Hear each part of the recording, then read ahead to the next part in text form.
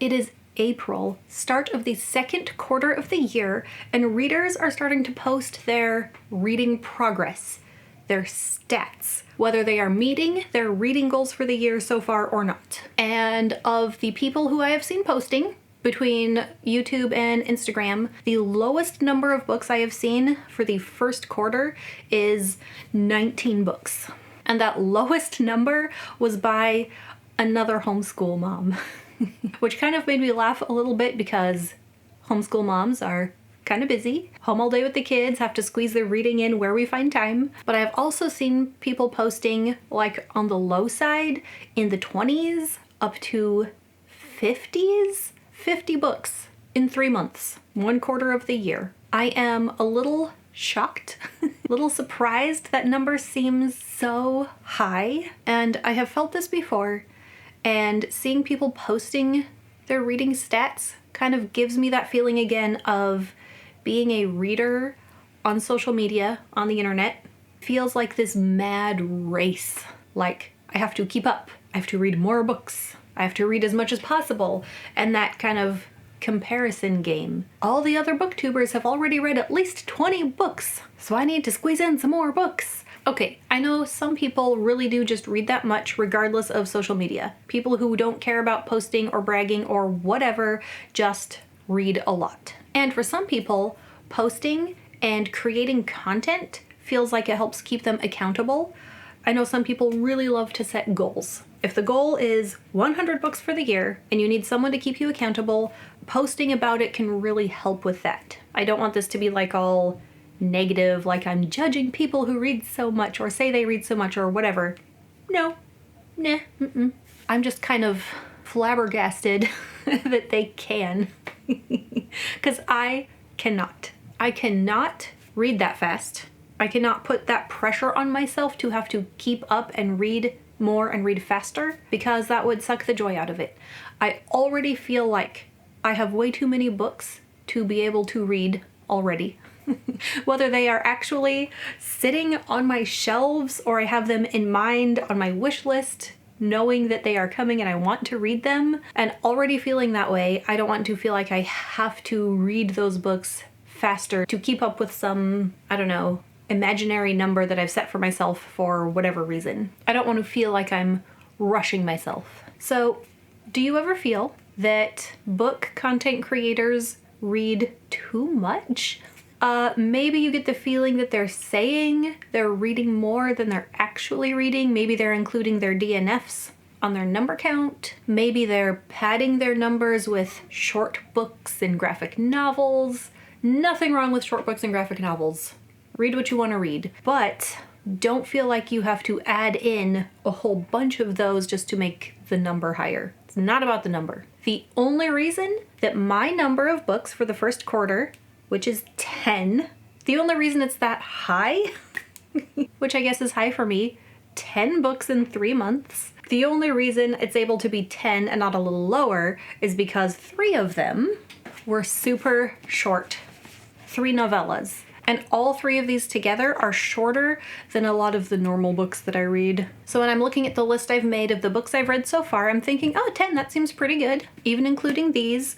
And then I start to see those other people posting, oh yeah, I'm on like my 20th book already. I start to get that little feeling of, well, why aren't I reading faster? Booktubers are supposed to read a lot of books, right? Booktubers are supposed to read what they want to read and then talk about those books for other people's benefit or enjoyment or whatever. So for fun, as the quarter year reading check-in, and because I'm talking about numbers, I'm going to go over the books that I read this quarter so far in order from shortest to longest. And shortest to longest is going to be based on the page count, not the word count, because I don't know what the word counts are. Starting with the shortest, coming in at 64 pages, Brandon Sanderson's Long Chills and Case Doe. This was the secret book that came at the very end of the year of Sanderson, the 2023 secret novels that we got quarterly. The December box had this little thing snuck inside. This extra little story. It's like a detective noir set in the future, kind of sci-fi. It is a classic Sanderson story. It has all the Sanderson character elements, the twist, the action, just condensed super duper short. It was a fun little read. I didn't even film a review for it. It was almost too short, and I think it's free on his website. So if you want to try it, you don't even have to pay to try it. So, shortest book I have read so far. Next, Veronica Roth's Arch Conspirator. This was sent to me by her PR company, Leo PR, along with the book that I'm going to talk about next. This is a sci-fi kind of futuristic retelling of Antigone with the classic names, some that I can pronounce and some that I can't. Antigone, Sophocles, Polynicus, maybe? I will look up pronunciations before I make the actual book review. Page count for this one is 110. It was an easy short read. It took me a few days to read it because I was very sick. My brain could not handle life. I put on the original Star Wars trilogy while I was sick just to have playing in the background, and I couldn't even focus on that either. For most people, it's probably just like a 1 or 2 day kind of read. Thought it was good, would recommend. And then the next shortest book I read, also by Veronica Roth, When Among Crows. Arch Conspirator was sent to me as like a bonus along with this one. This one I got as an ARC. It's a fun kind of modern fairy tale with Polish folktale inspirations. Very character driven, very tight plot and character building. I thought it was really well done. I hadn't read any Veronica Roth since Divergent over a decade ago, or however long it's been. So now that I've rediscovered her, I'll probably read more of her. Did I say the page count? Arch Conspirator was 110. This one is 163 pages. Next, Stephen King's The Eye of the Dragon. This one is 326 pages long. This is like King's original fantasy, something he wrote for his daughter who didn't like his creepy stuff. Pretty classic fantasy. The Eyes of the Dragon, like the actual eyes, are kind of a big plot point. 2 brothers kind of pitted against each other by an evil wizard. The wizard who just loves chaos and destruction. He just wants to control from the background. He wants to like pull the strings. He doesn't want to be in charge. So he chooses a ruler that he can control, or at least he tries to. This was not one of my favorite books of the year and has more fully convinced me that I don't need to read any more Stephen King and I'll be fine. It was well done enough. It just wasn't for me. Next, and next longest, Emily Wilde's Map of the Other Lands. Book 2 in the Emily Wilde series, which only has 2 books so far. This one just came out this year. It follows Emily Wilde's Encyclopedia of Fairies. At 339 pages, it follows Emily and her friend Wendell as they travel and try to solve a mystery, and it's not really about the map. I kind of wish it was more about mapping the other lands, or at least about mapping the fairy doors that lead to fairy lands, because that's kind of what they need, is to find a door. This one and the Veronica Roth books are interesting in that no one is learning magic. All the characters who can do magic, which is kind of a staple of fantasy books, they already have competent magic users, and so when the magic comes in, it's just kind of like a cool factor thing. And this one was just a nice little like journey, adventure, romance kind of thing. I really enjoyed it. And I enjoyed the first one, and I look forward to the third one. Next, Ascendant, Book 1 of the Songs of Chaos by Michael R. Miller. This series was sent to me by the author's PA, and I incorrectly assumed that because I got 3 books that it was a trilogy. It's actually going to be a 5-book series, and I did apply to get an ARC of the 4th book when that comes out. So my current read is the 2nd book after this one, so I can catch up on the series before that next book comes out. This is a very classic boy to hero, at least I hope so, because I haven't finished the series. That trope of the young boy who has to leave home and grow and learn and train. Very classic Dragon Rider book. And I'm going to say that this first one feels a bit tropey especially to start. And I think the point of that is just so you know what kind of book you're getting yourself into. For people who really want a Dragon Rider book, it gives you that from the very beginning. But now, since starting the second one of these, I already like the second one better. This is very young adult, very appropriate for a young adult or like older elementary and older. No romance, cool dragons and stuff. Page number. This one comes in at 518 pages. Much more average for the length of books I tend to read, and part of why my reading numbers tend to stay pretty low. It takes time to read a book this size, and this is not the longest book I have read this quarter. They're just gonna get longer. Next, in order of length, the classic Dune by Frank Herbert. Old sci-fi, recently movies. This was part of a read-along on my channel during February. It did take most of the month. It is 603 pages, not including the appendixes, which I did not read, which is fine.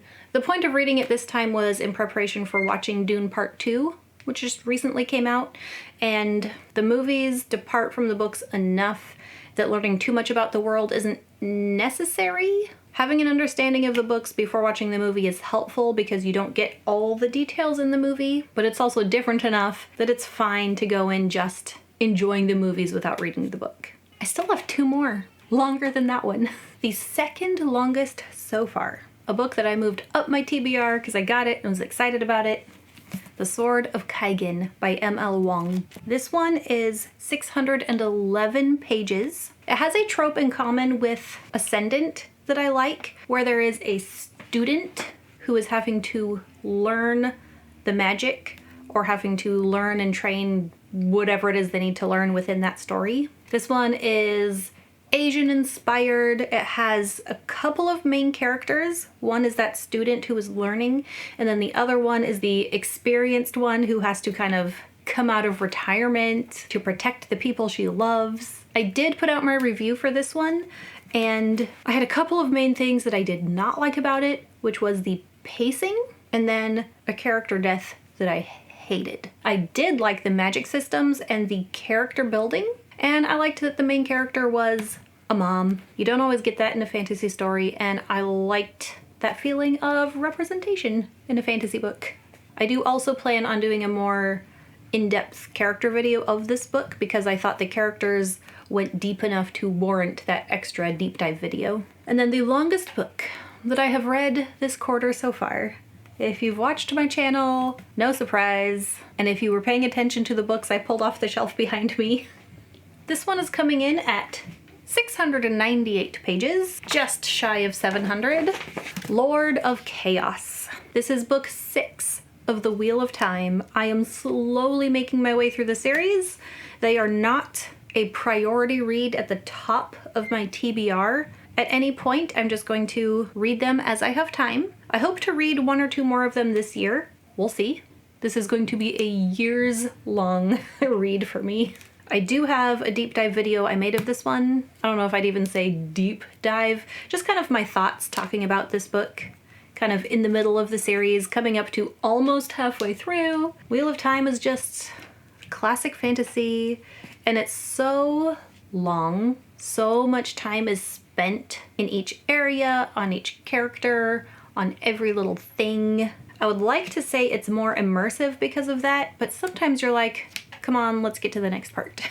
There are some things that I hope happen in the next book. I hope there is at least 1 reunion between 2 characters, and I hope there's a little more forward progression of plot. Obviously, there can't be too much because there's still a bunch more books. I almost forgot one.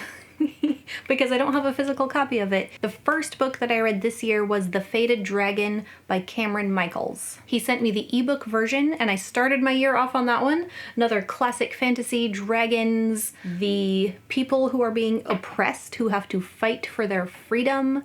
Kind of a little romance, not overdone. My Kindle version says 385 pages. Very average, standard length of fantasy book. And so overall, I am not disappointed with the amount that I have read. So this stack plus an ebook, when I think I only read 10, but then half of the pile looks like this, I'm not too disappointed. I have a lot of books I want to get to still. I'm trying not to think about it too much so I don't get overwhelmed because it's only April.